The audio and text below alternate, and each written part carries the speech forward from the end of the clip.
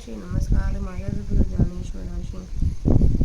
तर आपण ओळी क्रमांक व 6व्या अध्यायाच्या 36 वाचल्या आहेत आणि माऊलींचे प्राकृत भाषेतील 429 ओव्यांपर्यंत आपण वाचन केलं होतं. आता तिथून पुढच्या 9व्या वाचत आहे. अर्जुन वाच ऐताः श्रद्धयोपेतो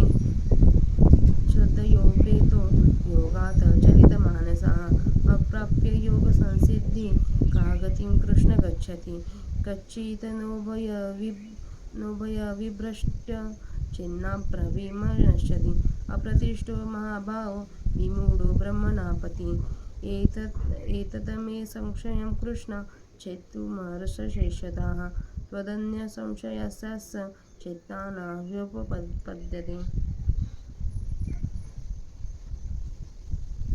परी आणि एक गोसाविया मज संशय असे सामिया तो तू वाचून खेडावया समर्थ नाही म्हणून सांगे गोविंदा कौन एक मोक्षपदा जमत होतो श्रद्धा उपाय विना इंद्रिय ग्रामोनी निघाला आस्तीची या वाटा लागला आत्मसिद्धीची या पुढीला नगरा याम्या तेव्हा आत्मसिद्धी न ठकेची आणि मागुदे न येववेची ऐसा असतो गेला माझारीची आज्ञा शुभानो तेसा काळी आभाळ हळूमाळू सपातळ निपाळ आले कोवळ पैसे न वर्षे तेसा दोन्ही दुराविले जे प्राप्ती तवा अलग ठेली आणि अप्राप्ती ही सांडगली श्रद्धा तया ऐसा ओलांतरेला काकीची जो श्रद्धांचेची समाजी बुडला तया होयोची कवनी गती. श्री भगवान वाच पार्थनैव नामुत्र विनाशस्तस्य विद्यते न हि कल्याणकृत कच्चित् दुर्गती तात गच्छति तव कृष्णा म्हणती पार्था ज्या मोक्ष सुखी असता त्या मोक्षा वाचून अन्यथा गती आहे का. परी तुलेची एक घडे जे माझारी विसवावे पडे तेही परी सोनी सुरवाळे जोडली वाट नाही एरवी अभ्यासाचा उचलता पाऊली जरी चालता तरी दिवसा आधी ठाकते सोहम सिद्धिते परी तुला वेगुनी विजय म्हणून विसावा तरी निकाची पाठी मोक्षितव तेसाची ठेविला असे प्राप्य पुण्यकृतां लोकानुचित्वा शाश्वती समाहा सुचिनां श्रीमतां गेहे योगभ्रष्टो विजायते एक कौतिक हे कैसे शतमखा लोकसायासे ते तो पावानायासे कैवल्य काम मग तेची जे अमोघ अवलौकिक भोग भोगिताही सांग कांटाळी म्हणा हा अंतर्या उचिता का उडवला भगवंता दिवी भोग भोगिता अनावतापी नित्य पाठी जन्म संसारी परी सकल धर्माची आमाहिरी लांबा उगवी आगरी विभव श्रियेच्या ज्या ते नीतिपंथे चालिजे सत्यदूत बोलिजे देखावे ते देखिजे शास्त्रदृष्टी वेद तो जागेश्वरू ज्या व्यवसायी निजाचारू सारा विचारू मंत्री द्यादे ज्याच्या कोळी चिंता झाली ईश्वराची पतिव्रता ज्या ते गृह देवता आदी वृद्धी ऐसा निज पुण्याची या जोडी वाढीनली सर्व सुखाची कुळवाडी तिचे जन्म तो सुरवाडी योगेच्छतु अथवा योगिनामेव कुले भवती धीमता एतद्विदुर्लभतरं लोके जन्म यदीदृश्यं तत्र तं बुद्धिसंयोगं लभते पौर्वदेहिकं यतते एचततो भूया संसिद्धो कुरुनन्दनम् अथवा ज्ञानाग्निहोत्री जे परब्रह्मण्य स्तोत्री महासुख क्षेत्री आदिवंत जे सिद्धांतीच्या सिंहासनी राज्य करती त्रिभुवनी जे कुंजते कोकिळवनी संतोषाच्या जे विवेकग्रामीचे मुळी बैसले आहाती नित्यबळी त्या योगी यांच्या कुळी जन्म पावे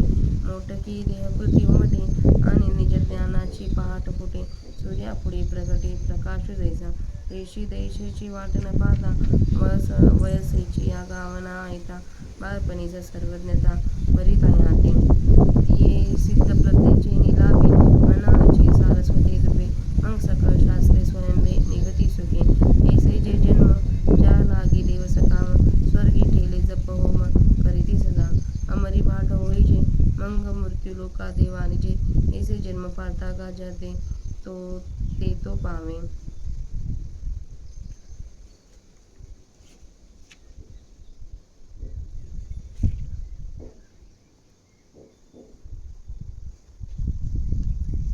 पूर्वाभ्यासानतेनैव हिरयते यवशोऽपि सः जिज्ञासूरूपी योगस शब्द ब्रह्माती वर्तते.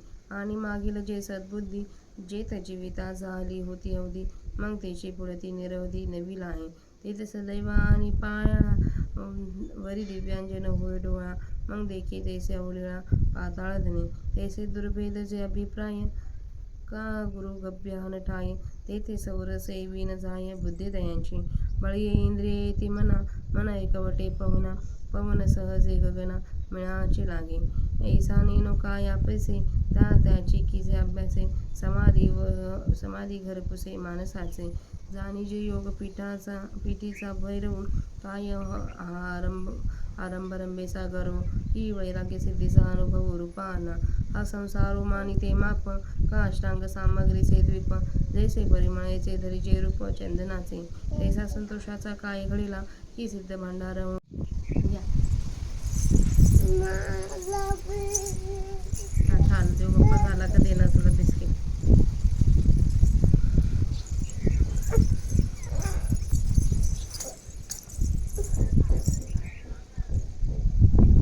परंतु महाराज, आणखी एक शंका आली आहे, ती दूर करण्याचा तुझ्यापासून कोणी समर्थ नाही. म्हणून देवा सांगा, कोणी एक योग्य परिश्रम केल्याशिवाय केवळ श्रद्धेच्या जोरावर मोक्षपदाला काबीज करावयास पाहत होता. पुढले गाव ते आत्मसिद्धी. त्या गावाला येण्याकरिता तो इंद्रियरूप गावावरून निघून आस्थेच्या वाटेला लागला. पण तो आत्मसिद्धीच्या गावाला पोहोचला नाही आणि त्यास परतही येवत नाही. असा मध्येच असताना त्याच्या आयुष्यरूपी सूर्य अस्ताला गेला. भलत्या वेळी विरळ असे थोडे नुसते चुकून ढग आले तर ते टिकत नाही व वर्षा करीत नाही. त्याप्रमाणे विषयासक्तता व मोक्ष ही दोन्ही त्यास दूर राहिली. अशी की आत्मसिद्धीची प्राप्ती तर दूरच राहिली आणि दुसरे आपल्यास आत्मप्राप्ती होणार नाही अशी आशाही त्यास श्रद्धा असल्यामुळे सोडता येत नाही.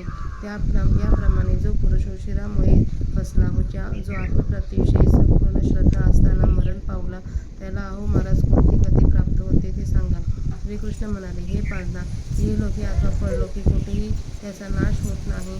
कारण बाबा, शुभ कर्म करणारा कोणीही दुर्गतीला जात नाही.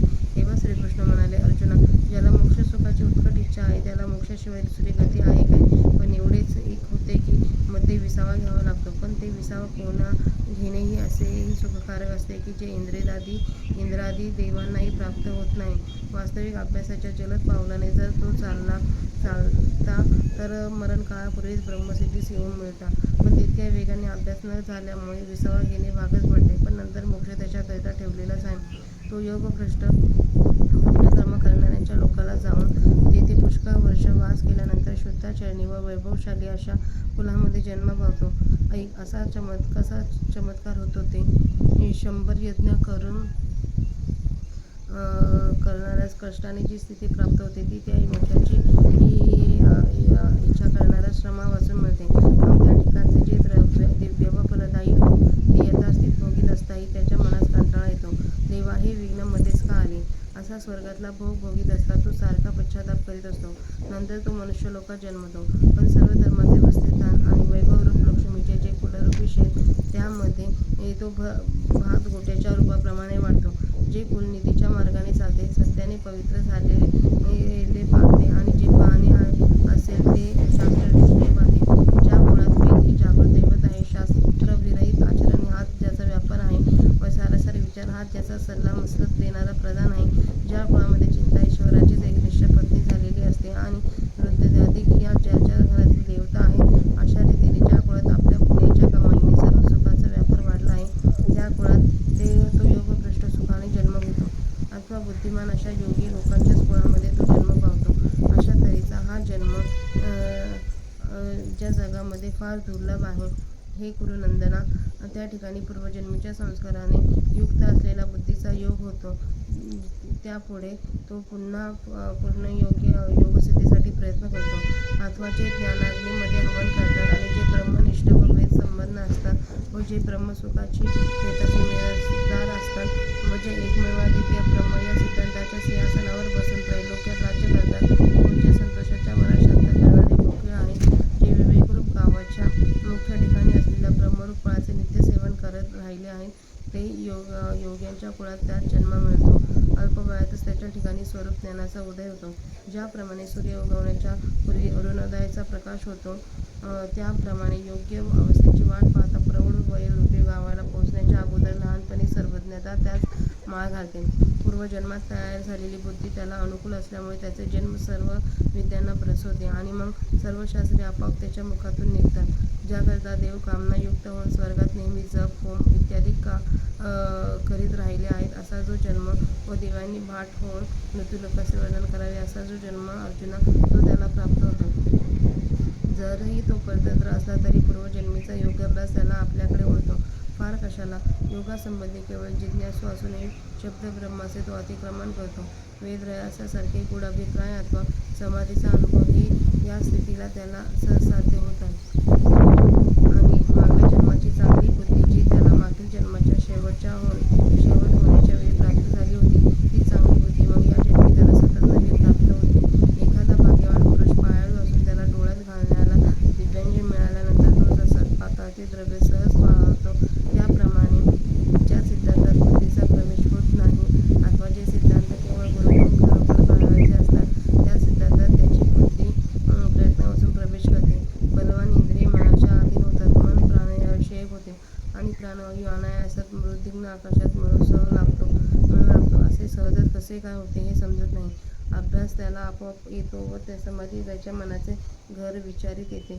हा योगभ्रष्ट पुरुष योगरूपी आस्थावरील जणू काही भैरव देवच अथवा योगरंभारूपी केळीची शोभाच किंवा जणू काही वैराग्याच्या पूर्णतेचा मूर्तिमंत अनुभवच आकाराला आलेला आहे. हा